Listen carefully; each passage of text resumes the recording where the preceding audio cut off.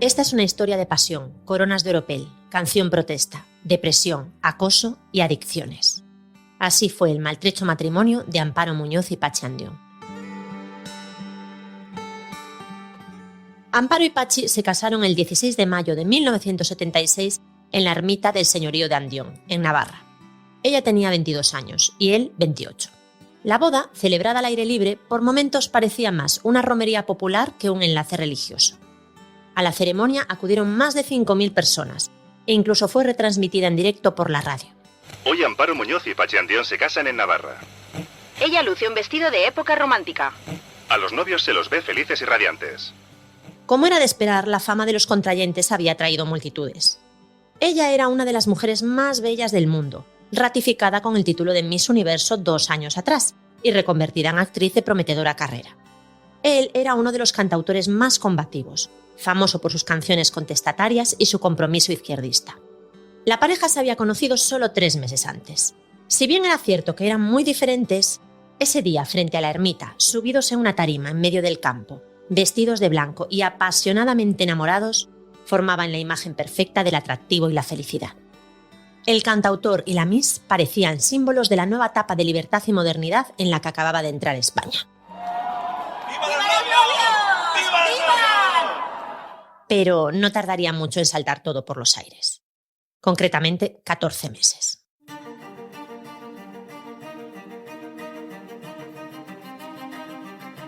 Hola, soy Raquel Piñeiro y este es un nuevo episodio de Bodas Icónicas, un podcast de Vanity Fair.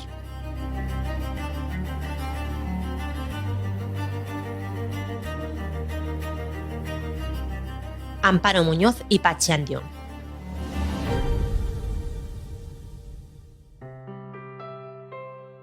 Amparo Muñoz y Pachi Andión se conocieron en 1976 en el rodaje de la película La otra alcoba. Su director, Eloy de la Iglesia, fue de los primeros en notar que entre los protagonistas pasaba algo fuera de la cámara. Tras las tiranteces de la pareja había una terrible atracción física. En parte, el film se prestaba a ello. Estaba lleno de escenas tórridas en las que la pareja tenía que besarse en la ducha, en la cama o incluso revolcarse sobre un charco de gasolina en una especie de fantasía sexual. Pero lo mejor de todo es que la trama de La otra alcoba funcionaba casi como una curiosa metáfora del origen de sus actores. Amparo interpretaba a una bella mujer casada con un millonario estéril, que inicia una aventura con un rudo empleado de gasolinera con el objetivo de quedarse embarazada. Y aunque en la vida real Amparo venía de una humilde familia de Vélez, Málaga, su belleza le había funcionado como pasaporte hacia otro mundo, el de los ricos y poderosos. Un mundo muy alejado del de Pachi.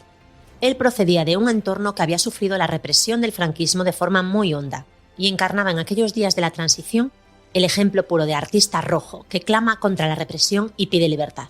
La ficción se volvía realidad y Amparo y Pachi se casaban apenas un mes después del estreno de la película. Durante la ceremonia, Andión expresaba sus dudas de fe, lo que provocó una queja posterior del obispado.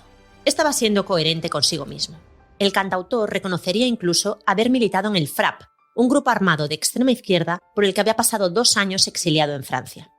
En París conoció a Jacques Brel, vivió mayo del 68 y se relacionó con grupos antifascistas. Que un hombre con esos intereses intelectuales y políticos se casase con una ex-Miss provocaba entonces cierto escepticismo. Así lo contaría el propio Pachi años después. Se me criticó mucho desde la militancia. Pero hubiera hecho lo mismo si hubiera sido la hija del portero. Aunque evidentemente ella no era cualquier mujer. No era cualquier mujer. Era la mujer más guapa del mundo, nada menos. Ganadora del certamen Miss Universo 1974. Miguel Fernández, periodista y escritor, autor de la biografía de Amparo Muñoz, La vida rota. Ella tenía un trabajo menor, cualquier muchacha de su edad, de una Málaga que tampoco es la ciudad descollante de hoy, y fue a llevar unos anuncios de publicidad al Diario Sur.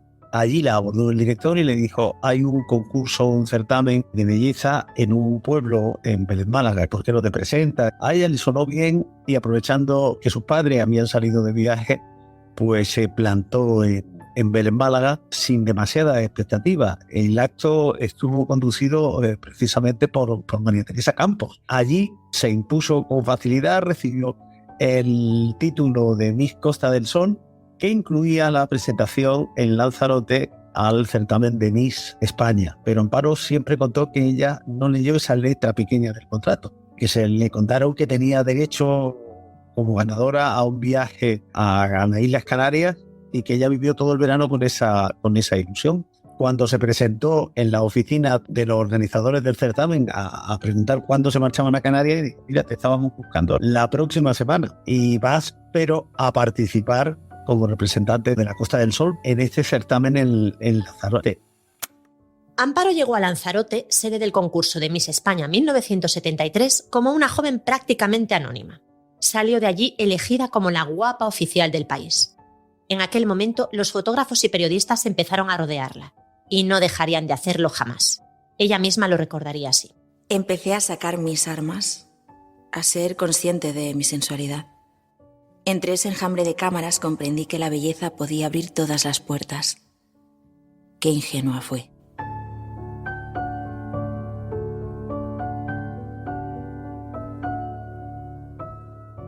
Su vida cambia a velocidad de vértigo. Se traslada a Madrid, donde le presentan al productor José Luis Dibildos, el marido de Laura Valenzuela, que le ofrecerá sus primeras películas: Vida conyugal sana y Tocata y fuga de Lolita. No es el único que ha puesto sus ojos sobre Amparo. El actor Máximo Valverde se ha prendado de ella por su foto y no para hasta conseguir su número de teléfono. Cuando la llama y empiezan a salir, se enamoran profundamente y Máximo rompe con la que era su pareja oficial, una tonadillera llamada Isabel Pantoja.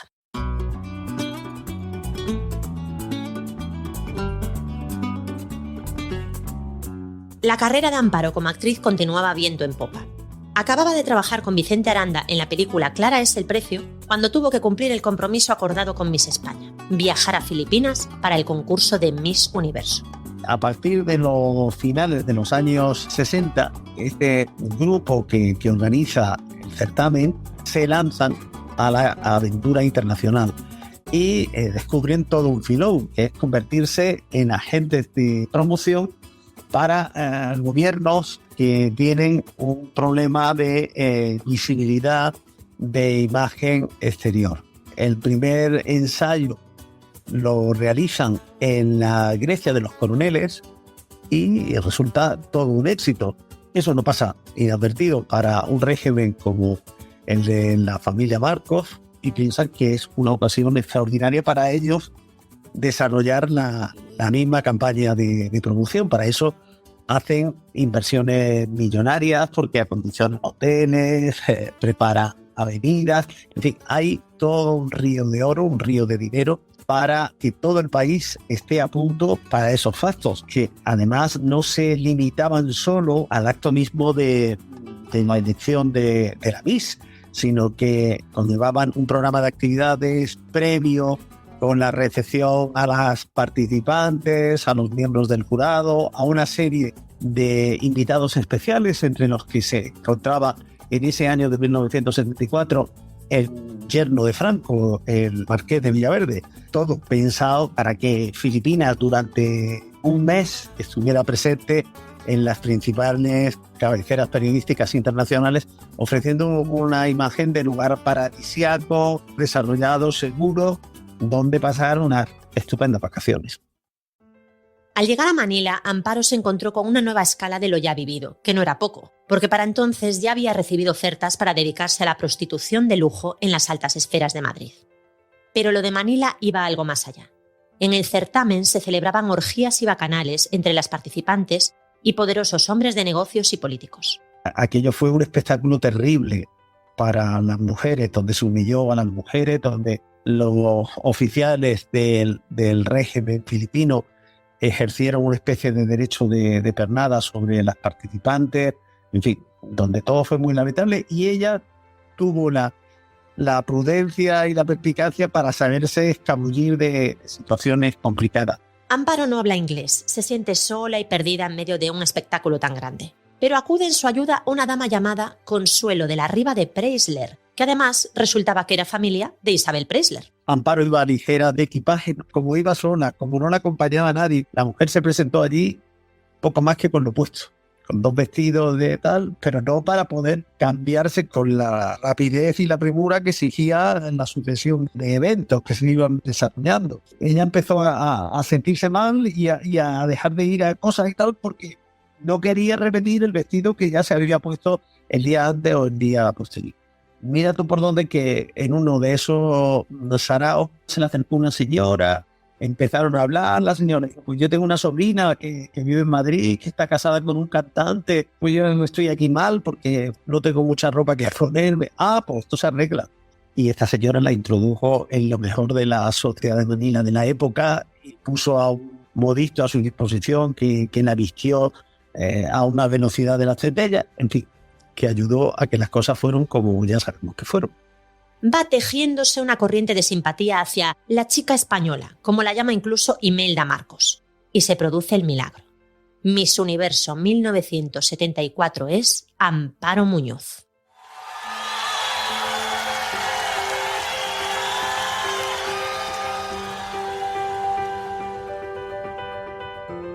El sueño se había hecho realidad, pero muy pronto iba a quedar claro que Amparo era solo un peón de un juego de intereses políticos y económicos internacionales mucho más grande que ella. La siguiente en la lista, después de Grecia y después de Filipinas, el siguiente cliente tenía todos los puntos de ser España, porque se encontraba en la misma situación que en los anteriores, en un problema serio de imagen y prestigio internacional y con una industria turística en alza, el cliente perfecto, y habían invitado al Marqués de Villaverde.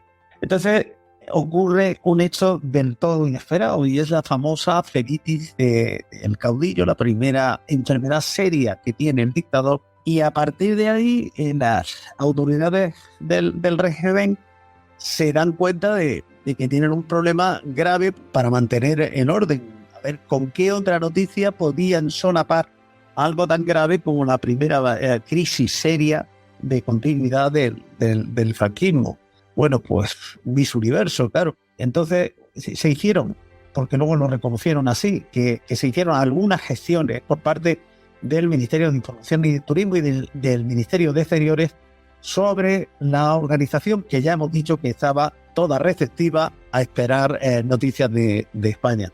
Y a eso le sumamos un factor más, y es que la esposa del dictador filipino, la señora Imelda Marcos, pues había querido ser Miss, y la señora Marcos quedó deslumbrada por la belleza de la española.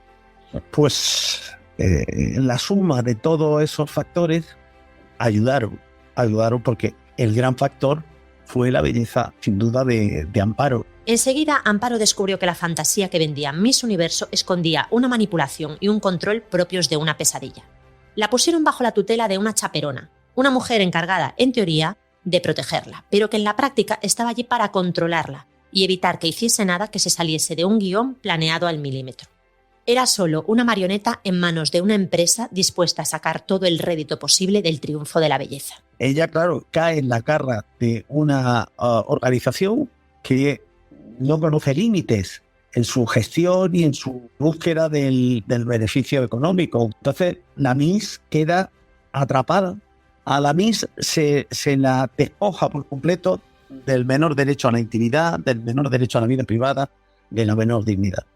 Y ese es el panorama en el que, de la noche a la mañana, una muchacha de Málaga, que hasta hace año y medio vivía con su familia, tenía un novio que venía por ella en una moto, lleva una vida feliz, va al cine los domingos, de buena primera se encuentra viviendo en la Quinta Avenida, en un piso del que no puede salir, en el que no puede ir ni siquiera sola al baño, donde el teléfono existe cuando lo decide la organización, donde la están escuchando mientras ella está hablando con su familia, la están escuchando, donde no puede apenas hablar con su novio, es decir, una jaula absolutamente de oro. La historia del reinado de Amparo Muñoz como Miss Universo tiene giros dignos de los thrillers y conspiraciones que hacían furor en la década de los 70. La metáfora y el simbolismo eran obvios. Una mujer anónima que alcanza fama y éxito gracias a su belleza para descubrir que eso es solo otra forma más de explotación.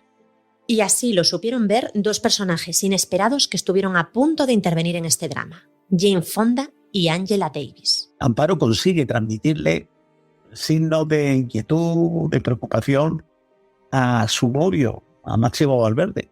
Y claro, Máximo coge un avión y se planta en Nueva York y claro, le dicen que no puede verla, que ya la avisará, qué tal, qué cual. Les dejan una noche cenar y tal, les dejan verse y ahí ya ella le cuenta pues todo lo que está pasando y lo mal que está y lo desesperada que está al borde de cometer cualquier locura. Y Máximo pues se va a la sede y busca a los señores que conoció en España y allí llega, lo reciben y él explica que sabe lo que está pasando y que estamos en esta luz de la locura y puede hacer cualquier desgracia. Ellos le dicen que sí, que no van a estudiar, que no tiene que preocuparse de nada. Toma el ascensor para salir a la calle, el ascensor se para, entran dos tipos y cuando el ascensor echa a andar, esos dos tipos le pegan una paliza de muerte. Máximo busca la ayuda de un periodista, el corresponsal de Radio Nacional de España en Nueva York, Cirilo Rodríguez. Entonces Cirilo, con gran agudeza, le dice, pues mira, aquí hay un grupo de mujeres que están preparando la celebración el año que viene, 1975, del Año Internacional de la Mujer. Yo te voy a poner en contacto porque, claro, si ellas supieran esto, al frente de ese grupo estaban Jane Fonda y Angela Davis. Y a ellas les parece que es el grandísimo argumento para denunciar la situación de la mujer en una época que ya se presuponía moderna y distinta, ¿no? Y conciertan una cita para verse con Amparo y preparar una rueda de prensa, una denuncia mundial de los métodos que sigue esta gente de la organización de Miss Universo. Amparo había superado un poco a la vuelta y aquello que le debieron contar del feminismo de Jane Fonda y de Angela Davis y de tal y cual, yo creo que no, tampoco se debió entusiasmar y también le sonó un poco a chino. Tiempo después, la propia Amparo comentaría algo al respecto. Me parece denigrante el ser Miss. Aunque debo aclarar que yo respeto mucho personalmente a las Misses, pero me molesta todo lo que rodea y trae consigo. A ella le trajo desmayos, ansiedad, insomnio y un diagnóstico de depresión nerviosa que la empujó a abandonar la corona apenas 6 meses después de su nombramiento. De hecho, la arrojó por una ventana y, como era bisutería, se rompió en 1000 pedazos. Fue un escándalo mayúsculo. Valeria Vegas, escritora y guionista. En ese momento se vivió como un acto de rebeldía, pero sin la conciencia de hoy en día de lo que supone renunciar a una corona, todo el tema de las mises o lo que se puede ver como cierta cosificación, es decir, no existían estos términos que luego se han empleado tan extremos de si te tratan como ganado y demás, que la propia Amparo empleó tiempo después. Se vio como un acto rebelde, yo creo que además no sentó bien, porque al final la sociedad es una extensión también del propio negocio, ¿no? En sí, de las mises, y eso fue como la primera situación que hizo tildar a Amparo de ser una persona complicada. Luego, en torno a la de rajar la corona y lanzarla y demás, esto lo contó ella misma, luego se ha dicho que había mucho también de leyenda. Y junto a la corona de Oropel, Amparo también renunció al dinero y los contratos que le quedaban por cumplir. Le daba igual, porque tenía un deseo: continuar su carrera como actriz.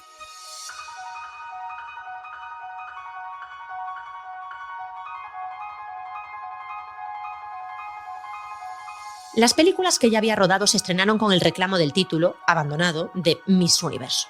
En su siguiente película, de prometedor nombre Sensualidad, formó pareja con Fernando Fernán Gómez e interpretó a una prostituta de lujo que había asesinado a su padrastro por abusar de ella. Todo esto mientras en la vida real tenía que esquivar como podía el acoso que sufría por parte del director del film, Germán Lorente. Lorente me prometía el oro y el moro, hasta escriturarme casas si accedía a sus proposiciones. Pretendía comprarme, me trataba como a una puta. Con dinero, pensaba él, se compraba todo. Era repugnante.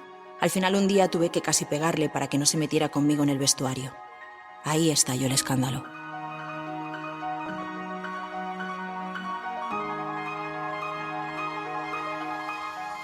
Amparo se quejó a los productores, que se ofrecieron a cambiar de director, pero ella se negó. Aducía que ante este tipo de situaciones casi siempre se trataba de hombres casados, y, a la larga, serían inocentes las que pagarían por ellos si eran despedidos.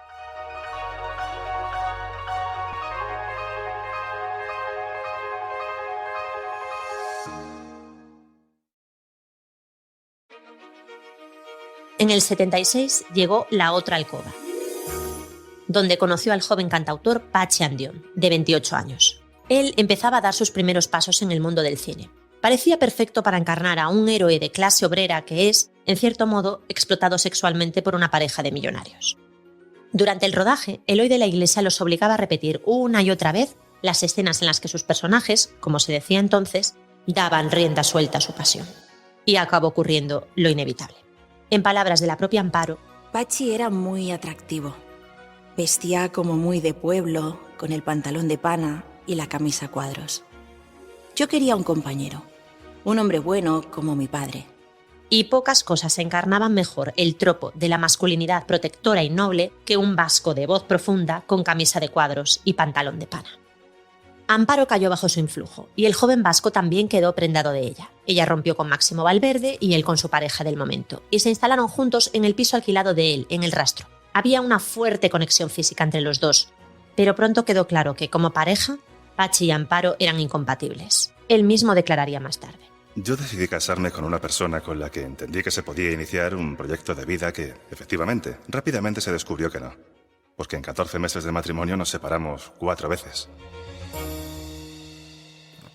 Carlos Ferrando, periodista, autor del libro La delgada línea rosa. La historia de Pachi fue tremenda para todos los que queríamos Amparo. Parecía que el chico de izquierdas iba a salvarla de todo lo que le había pasado, etcétera, etcétera. Y el tiempo nos dio la razón. La gente que la conocíamos mucho sabíamos que esa pareja no iba a funcionar porque nadie nos creíamos eso de 1, 2, 3, 1, 2, 3, el rastro viene, taca, taca, taca.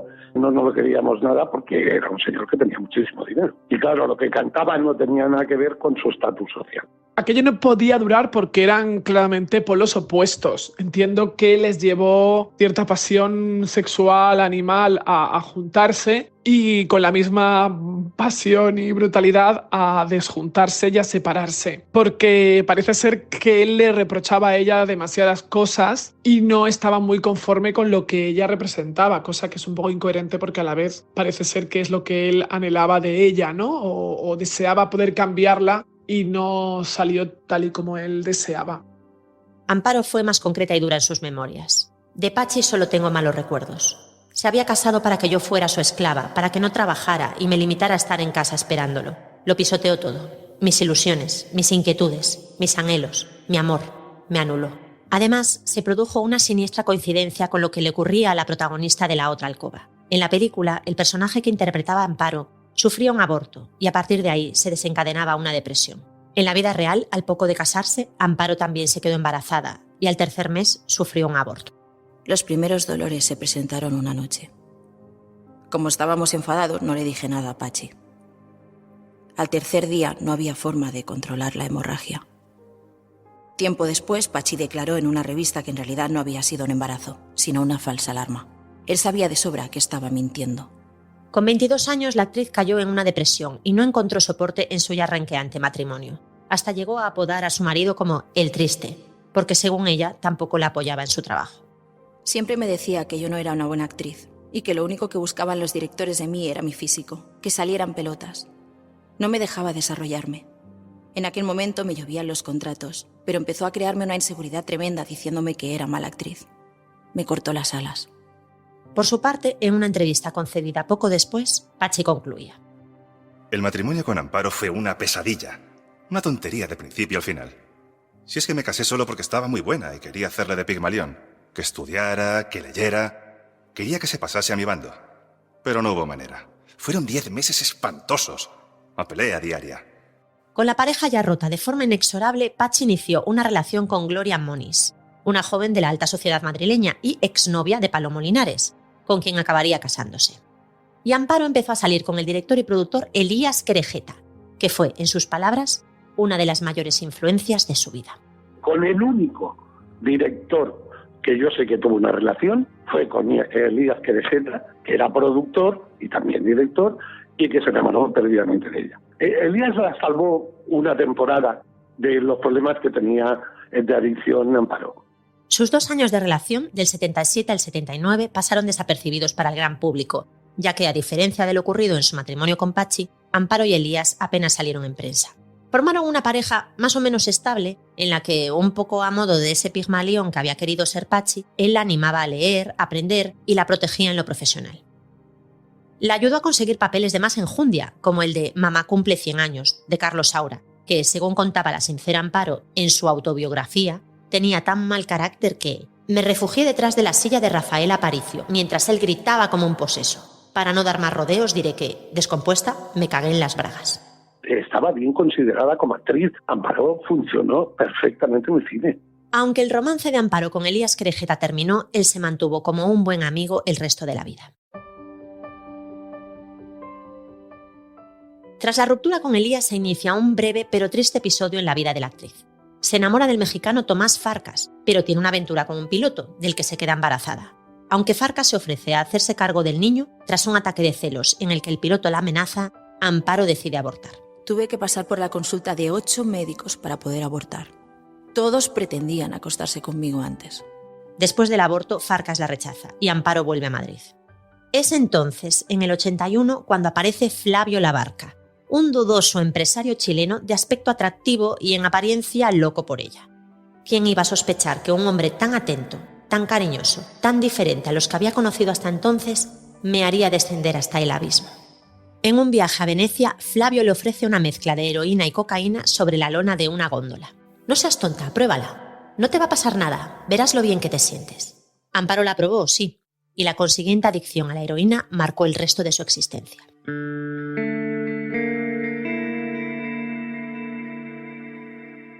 Es inevitable no ver en su trayectoria un camino análogo al de tantos compañeros de generación que se convirtieron en adictos en aquellos años. Pero Amparo rechazó cualquier victimismo sobre el asunto. Sí, Flavio me inició, pero uno se mete en la droga porque quiere. Empecé a tontear por desconocimiento, por falta de información. Tuve muchas decepciones personales y profesionales. Lo pasé mal y me agarré a eso. Que tuviera éxito y que fuera guapa no significaba que fuera feliz. Poco a poco me fue pesando que a los directores les importara un bledo si lo hacía bien o mal. Solo con la belleza les bastaba. Querían dejarme en bolas a toda costa. Esa es la otra constante en la vida de Amparo Muñoz. Siempre que se habla de ella se menciona el título de Miss Universo y la adicción a la heroína, que dan pie para escribir largas peroratas sobre los juguetes rotos. Pero se obvia algo más sutil y también presente: la explotación sexual y laboral a la que Amparo fue sometida por tantos hombres a lo largo de su vida. Se habla de la maldición de la belleza como si eso fuese un castigo divino inevitable, sin pensar en quienes logran que ese don se vuelva tanto una oportunidad como una desgracia. Para muchas mujeres de su época, sobre todo entre las del espectáculo, el abuso de diversa intensidad era el peaje que había que pagar por ser hermosa. Ya fuera en forma del desnudo, por exigencias del guión, que siempre pedía el destape, o como puro y duro intercambio de sexo por trabajo. De ahí su queja. Hay un momento en el que no puedes soportar que todos los babosos del mundo, con la excusa de darte trabajo, lo que quieran sea acostarse contigo. A todo esto se le sumaba la inseguridad sobre su propio aspecto, que ella misma relata de la siguiente manera. Empecé a verme guapa 5 años después de ser Miss Universo. Un día, Antonio Asensio, el que fuera presidente del Grupo Z, me invitó a una cena y me ofreció un contrato de 5 películas. Aquella misma noche, cuando llegué a casa, al quitarme el maquillaje me dije: «Coño, pues realmente no estoy nada mal». Los 80 fueron para la actriz años de decadencia sin control. Se mudó durante un tiempo a Manila, la ciudad donde la habían nombrado la mujer más bella del mundo, para vivir de forma cómoda junto a Flavio. Incluso llegaron a casarse en Bali, en una exótica y colorida ceremonia sin ningún tipo de validez legal en España. Pero en 1984, Amparo rompe con Flavio. Ese mismo año, la actriz coincide con Antonio Flores, el hijo de Lola Flores, en el rodaje de la película El balcón abierto, e inician un affair. Antonio Flores me gustaba. Tuvimos una intensa amistad. Creo que yo le gustaba como mujer. A mí también me gustaba Antonio. Era muy sensual y tenía un cuerpo precioso.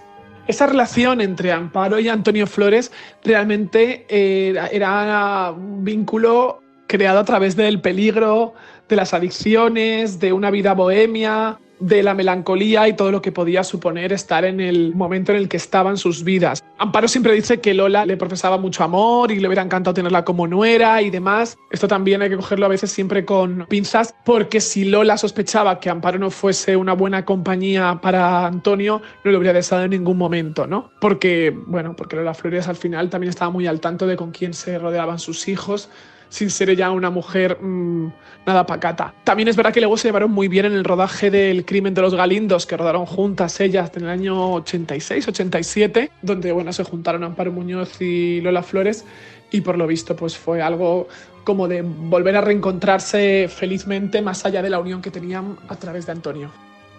La prensa los presentaba como la pareja del verano. Amparo Muñoz y el hijo de Lola Flores están juntos. Amparo Muñoz se ha separado de Flavio Labarca y se consuela con Antonio Flores. La Miss Universo reconoce que se siente muy a gusto con el hijo de Lola Flores. Muchos años después, en una entrevista a Amparo, le preguntarían si seguía acordándose de Antonio, y ella contestaría: siempre. Y de la faraona, Lola Flores, que bromeaba: a ver si me traéis un chiquillo. Pero nunca se lo dieron. Su relación fue demasiado corta para eso.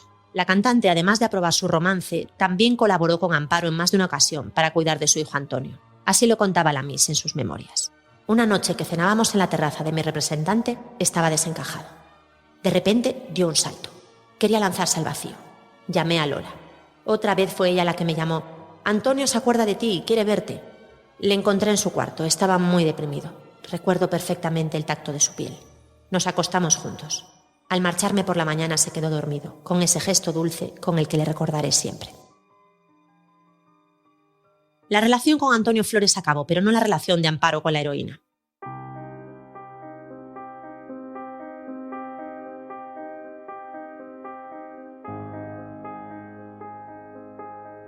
Su adicción provocaba peleas, conflictos y dramas en los rodajes de las películas en los que ella seguía trabajando. Lo que realmente hizo que su vida no fuera como debería haber sido, porque era una vida profesionalmente de éxitos, toda esa tensión que vivía con el mundo de la belleza, etcétera, etcétera, pues la hizo ir a caer en cosas que no debía haber. En 1987 se hizo pública su detención durante una redada antidroga en Barcelona. Y en el 89 unos desconocidos le propinaron una paliza por un ajuste de cuentas. Se había abierto la veda contra ella.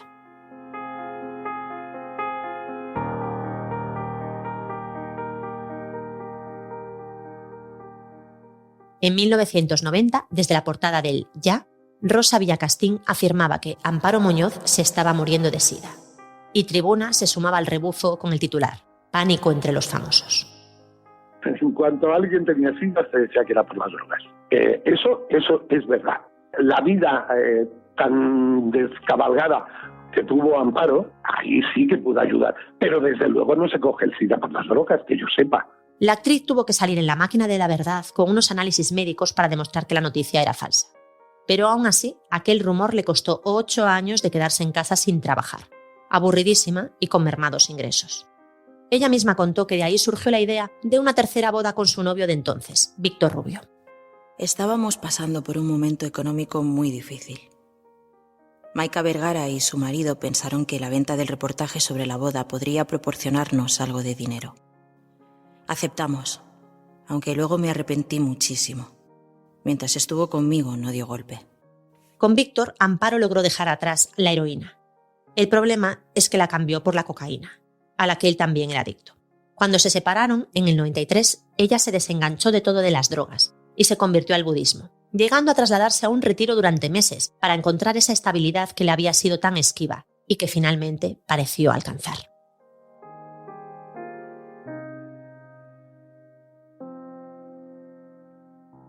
Y a todo esto, ¿qué fue de Patxi Andión? Tras romper con Amparo, Patxi volvió al cine para participar en 1982 en la película Asesinato en el Comité Central, de Vicente Aranda, donde interpretó al famoso detective Pepe Carballo, creado por Manuel Vázquez Montalbán. En su papel de detective le toca investigar el asesinato de un trasunto de Santiago Carrillo en una Madrid que hierve de conflictos políticos e intrigas de la transición. El personaje sufre los envites de la violenta policía heredera del franquismo y tiene vitriolo y cinismo tanto para ellos como para el mismo Partido Comunista. Algo de ese descreimiento lo llevaba consigo también para entonces Patxi Andión. Le siguieron otros papeles en películas e incluso le encargaron escribir una canción para La estanquera de Vallecas, otro film de Eloi de la Iglesia, con quien había empezado. Realmente la carrera de Patxi Andión en el cine fue bastante limitada, o por lo menos no excesivamente trascendente. Su mayor hito era el libro del buen amor, y más que nada pues porque se le veía el trasero y era de esos primeros desnudos masculinos, ni siquiera frontales, que se veían en el cine español, donde las mujeres ya eran unas cuantas las que se estaban destapando. Luego hizo películas tan frívolas como las de Amparo, igual de divertidas, tipo Caperucita y Roja, junto a Victoria Abril y Esperanza Roy, que bueno, al final es una metáfora moderna del cuento de Caperucita Roja, donde Patxi es el lobo. Más allá de eso, es verdad que luego no llegó a trabajar con grandes directores ni en producciones excesivamente destacadas, ¿no? Terminando su carrera, creo recordar, con una película que se llamaba La sal de la vida, que sirvió de vehículo un poco para lanzar también a Ivonne Reyes, que en ese momento estaba muy de moda. En cambio, la carrera de Amparo sí es bastante destacable, ¿no? Trabaja con directores como Vicente Aranda, Pilar Miró, Eloi de la Iglesia, con muchos directores que en el fondo tienen filmografías bastante interesantes, ¿no? Y de las que ya pudo presumir que bien se fue diluyendo con el tiempo, y en los 90 volvió con mucha más fuerza, aunque luego también se interrumpiese. Patxi también trabajó en series de televisión, incluida una adaptación de una novela escrita por él mismo, titulada La virtud del asesino. Y siguió publicando de forma esporádica libros y discos, mientras se convertía en profesor de comunicación audiovisual en la Universidad de Cuenca. Patxi Andión se prodigó poco en los medios. Se dedicó a llevar una vida estable de profesor y artista, tan crítico con las estructuras de poder como lo era en su juventud. De Amparo apenas volvió a hablar jamás. El 18 de diciembre de 2019, la noticia de su fallecimiento en un accidente de tráfico sorprendió a toda una generación que le recordaba con nostalgia.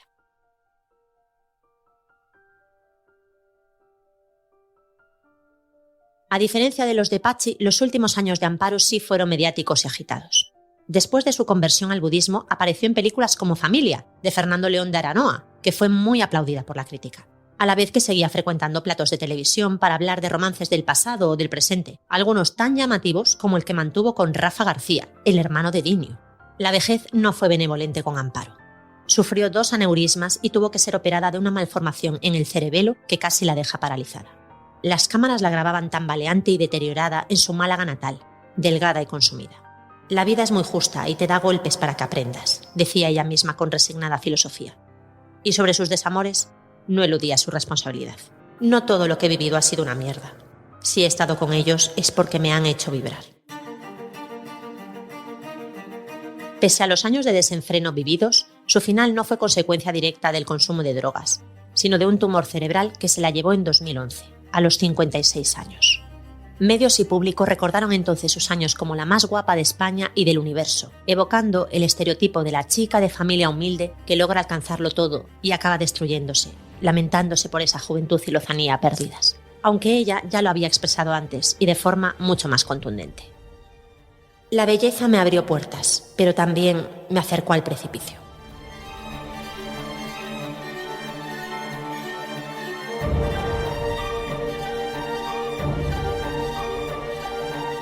Bodas Icónicas es un podcast de Vanity Fair, producido por El Cañonazo Transmedia, escrito y presentado por Raquel Piñeiro, guión de Emma Musol, dirige y edita José David del Puello, Sune, redacción Margot Martín, Ana Isabel Loaiza y Marisa Mañanós, producción ejecutiva de El Cañonazo, Luis Alcázar, dirección de producción Manfredis Giannoni, producción ejecutiva con D. Nast, Sara Ramos, supervisión editorial Vanity Fair, Mónica Parga. Diseño visual, Cristian Migueliz. Agradecimientos a Paloma Rando.